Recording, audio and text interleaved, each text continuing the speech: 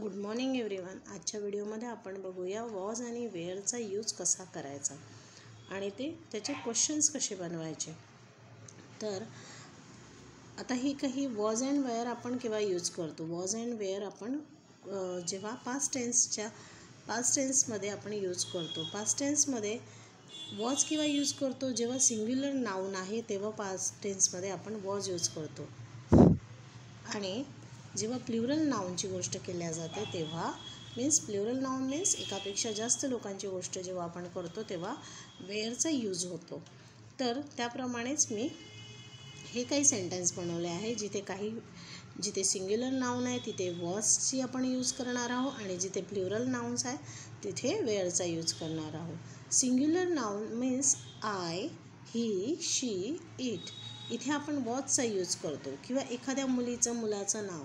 पण जर आपल्याला प्लुरल नाउनची गोष्ट करायची म्हटलं तर तेव्हा दे,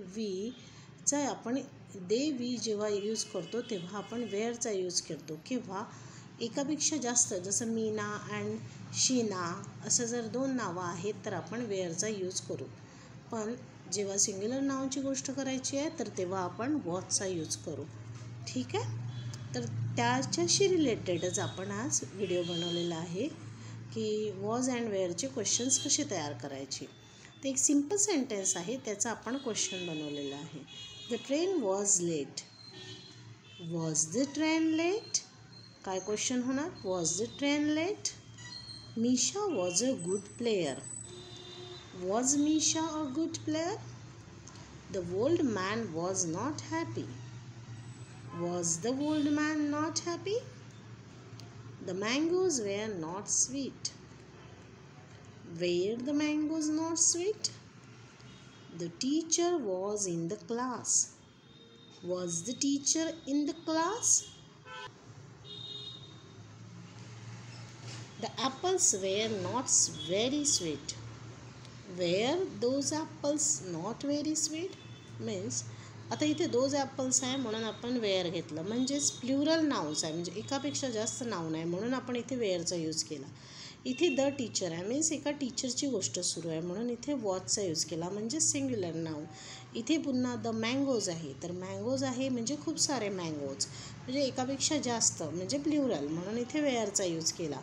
पुन्हा इथे ओल्ड मॅन म्हणजे सिंग्युलर मॅनचा उल्लेख आहे त्यामुळे इथे वॉजचा यूज केला आहे।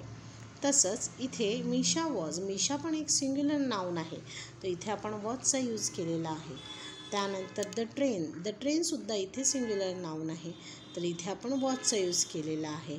तर अशा प्रकारेच वॉज अँड वेअरचा यूज कसा करायचा आणि त्यावर सेंटेन्स कसे बनवायचे आणि क्वेश्चन्स कसे बनवायचे हे आपण आजच्या व्हिडिओमध्ये शिकलेलो आहे। तर तुम्हाला जर माझे व्हिडिओज आवडत असतील तर प्लीज व्हिडिओला जास्तीत जास्त लाईक करा, सबस्क्राईब करा, शेअर करा फोनिक मराठी या चॅनलला। मी माझ्या चॅनलवर ऑलरेडी काही व्हिडिओज टाकलेले आहे ज्यामध्ये तुम्हाला शॉर्ट साऊंड, लाँग साऊंडची चांगली माहिती मिळेल। त्याचबरोबर बरेचसे असे ग्रामॅटिकल जे बेसिक ग्रामरचे जे एक्झाम्पल्स आहे ते सुद्धा मी व्हिडिओजमध्ये एकदम सिंपल पद्धतीने टाकते। तर प्लीज तुम्हाला जर माझे व्हिडिओज आवडत असेल तर प्लीज व्हिडिओला लाईक करा, शेअर करा आणि सबस्क्राईब करा फोनिक मराठी या चॅनलला। Thank you very much.